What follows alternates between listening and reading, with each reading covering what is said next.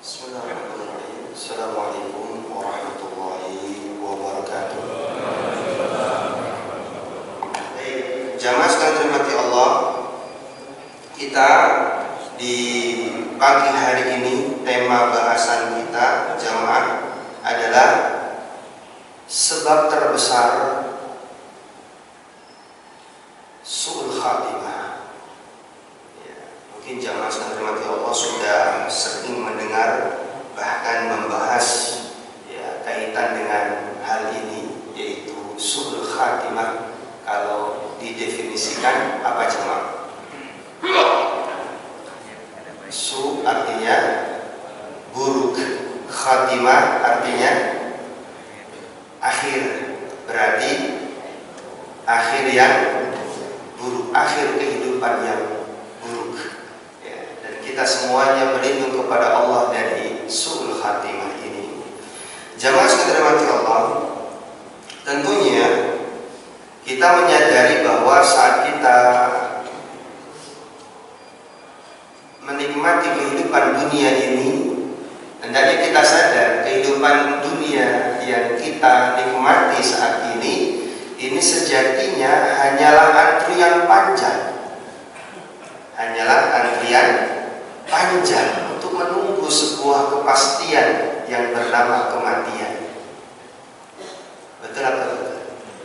Antrian panjang untuk menunggu hal yang pasti yang bernama kematian. Sering orang mengatakan kematian itu adalah kepastian yang tidak pasti. Kepastian karena memang dia pasti akan datang, namun dia tidak pasti kapan datangnya, di mana datangnya, dan bagaimana kondisi saat mendatangi kita. Mata beri nafsun bi ayyi ardin tamut. Setiap jiwa tidak tahu di mana dia akan meninggal dunia. Tidak ada yang tahu bagaimana dia juga akan meninggal dunia. Meskipun kematian itu adalah sebuah kepastian, tapi yang Allah tetapkan bagi kematian itu adalah tidak pasti waktunya, tidak pasti tempatnya, dan tidak pasti kondisinya. Karena itulah jamaah sekalian dirahmati Allah, kita hendaknya senantiasa mempersiapkan diri kaitan dengan hal ini. Sebagaimana Rasulullah SAW ketika ditanya oleh seorang sahabat Ansari tentang orang yang cerdas dan mulia, itu siapa ya Rasulullah? Orang yang paling cerdas dan mulia itu siapa ya Rasulullah? Maka Nabi pun menjawab bahwa orang yang cerdas dan orang yang mulia di dunia ini adalah mereka yang aktsaruhum dzikran lil maut, yang paling banyak mengingat kematiannya, wa asyadduhum isti'dadan lahu, dan yang paling bersungguh-sungguh dalam mempersiapkannya. Ulaika humul aqyas, mereka itulah orang-orang yang cerdas. Zahabu bi syarafid dunya wa karamatil akhirah, mereka pergi dengan kemuliaan dunia dan kehormatan akhirat. Semoga Allah Subhanahu wa taala memberikan karunia-Nya kepada kita kaitan dengan hal ini, bahwa Allah memberikan hidayah kepada kita untuk terus-menerus bersungguh-sungguh mempersiapkan hal ini. Insya Allah, kapanpun ketika Allah tetapkan ajal kita, kapanpun dimanapun ketika Allah Subhanahu wa taala datangkan kematian kita, insya Allah kita pun juga sudah siap. Meskipun sejatinya kematian itu datang tanpa membutuhkan persiapan kita, tanpa membutuhkan persiapan kita. Yang namanya kematian, Pak, itu mendatangi tidak peduli tua atau sakit.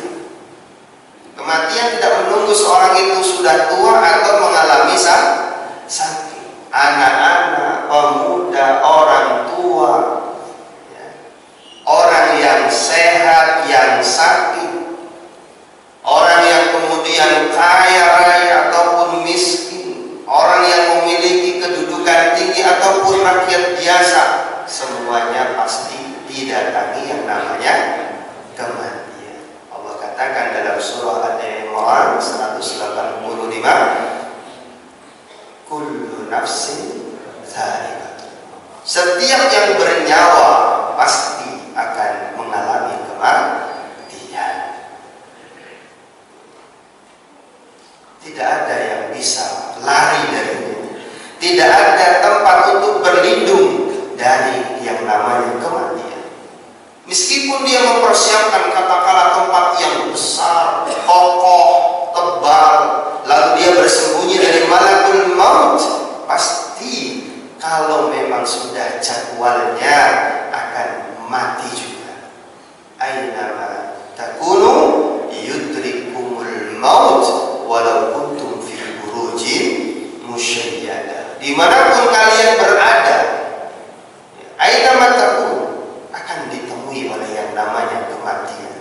Meskipun kalian berada di sebuah buruj musyayyadah, sebuah dinding yang kokoh, yang kuat, atau mungkin berlindung, bersembunyi di bunker-bunker, kalau memang sudah jadwalnya datang, ya pasti akan meninggal juga.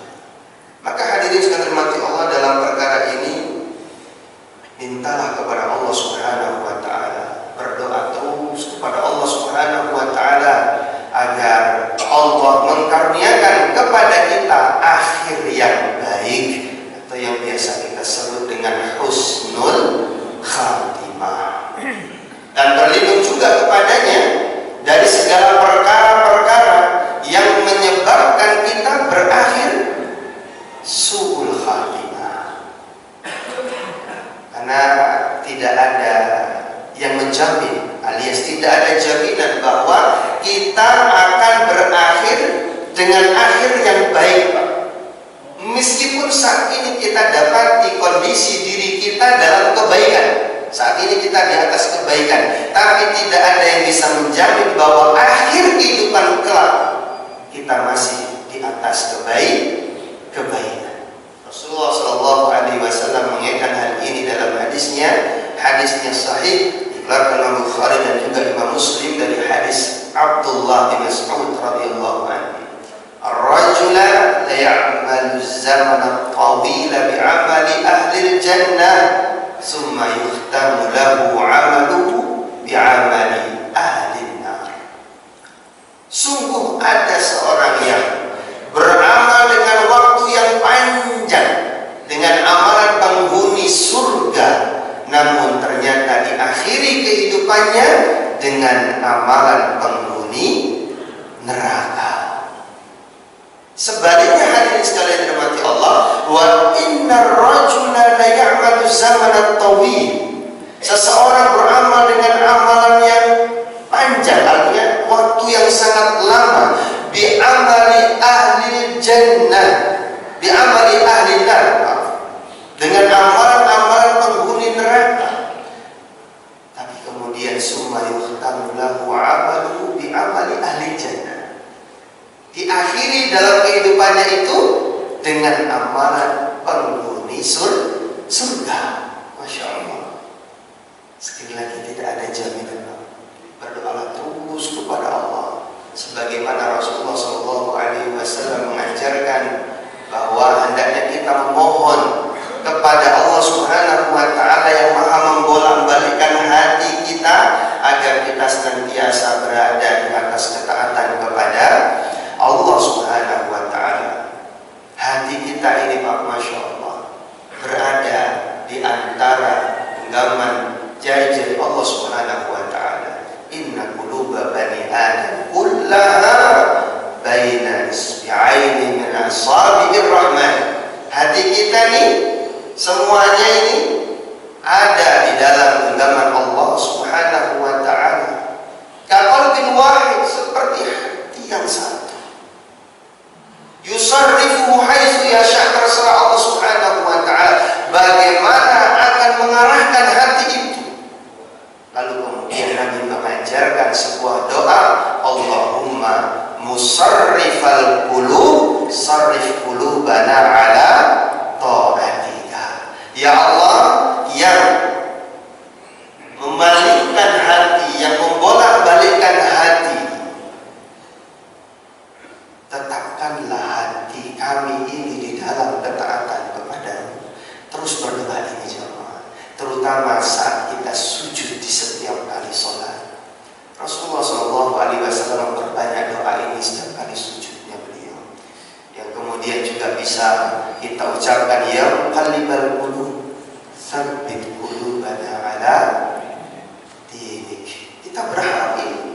Sampai nanti Allah tetapkan aja kita di dalam ketaatan.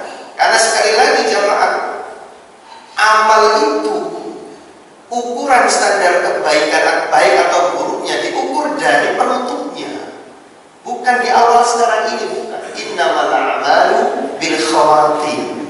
Sesungguhnya amalan itu tergantung bagaimana penutupnya, akhirnya seperti apa. Maka perkara husnul khatimah atau su'ul khatimah ini bukan perkara pendek, bukan perkara biasa, ini panjang jemaah, yang harus terus betul-betul kita siapkan dan betul-betul kita perhatikan. Makanya pagi hari ini kita membahas hal ini, ya, dalam rangka kita mempersiapkan diri, kita menghisab diri kita memohon kepada Allah dikaruniakan amal-amal yang baik sampai akhir hayat kita, dan berlindung kepada Allah dari segala perkara yang buruk, ya, akhir yang buruk, akhir yang disebut dengan su'ul khatimah, akhir yang tidak diridhai oleh Allah Subhanahu wa taala, akhir yang menyedihkan karena ketika datang maut sementara kita bergelimang dosa dan maksiat. Apalagi saat mati kondisinya lagi maksiat. Mungkin tidak jamaah orang mati saat maksiat? Mungkin ya? Sangat mungkin, ya, sangat mungkin. Lagi senang-senang, ya, dengan dosanya, dengan maksiatnya, kelompok apa?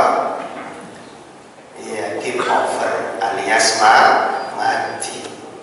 Wal'iyadzubillah.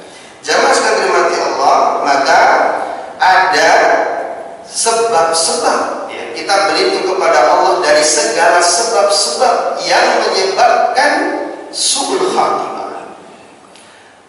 Banyak yang disebutkan kaitan dengan sebab su'ul khatimah. Pagi hari ini dengan keterbatasan waktu kita belajar ada 3 sebab terbesar seseorang bisa mengalami yang namanya su'ul khatimah.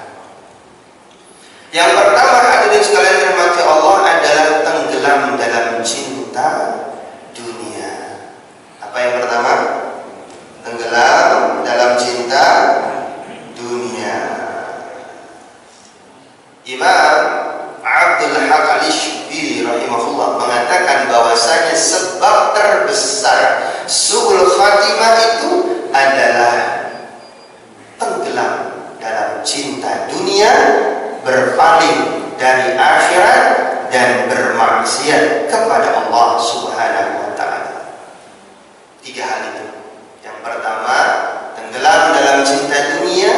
2, berpaling dari akhirat. Dan ini relate banget ketika orang itu sudah tenggelam dalam cintanya dia terhadap dunia, kebanyakan pasti dia berpaling dari urusan-urusan akhirat, berpaling dari akhirat jemaah, dan cenderung mudah untuk melakukan yang namanya kemaksiatan. Ketika dunia ini sudah menjadi ambisi terbesar dalam hidup seseorang, ketika dunia ini sudah mewarnai hati seseorang, sudah tidak lagi berada di genggaman tangan tapi merasuk di dalam hati, maka hati-hati semua itu tandanya dia telah dihantarkan kepada gerbang su'ul khatimah. Kenapa kok bisa seperti itu? Lihatlah bagaimana apa yang dikatakan oleh Imam Hasan Al-Basri rahimahullah, seorang kibarut tabi'in, beliau mengatakan hubbud dunya ra'su kulli khati'ah. Cinta kepada dunia itu adalah pangkal dari segala dosa dan kemaksiatan.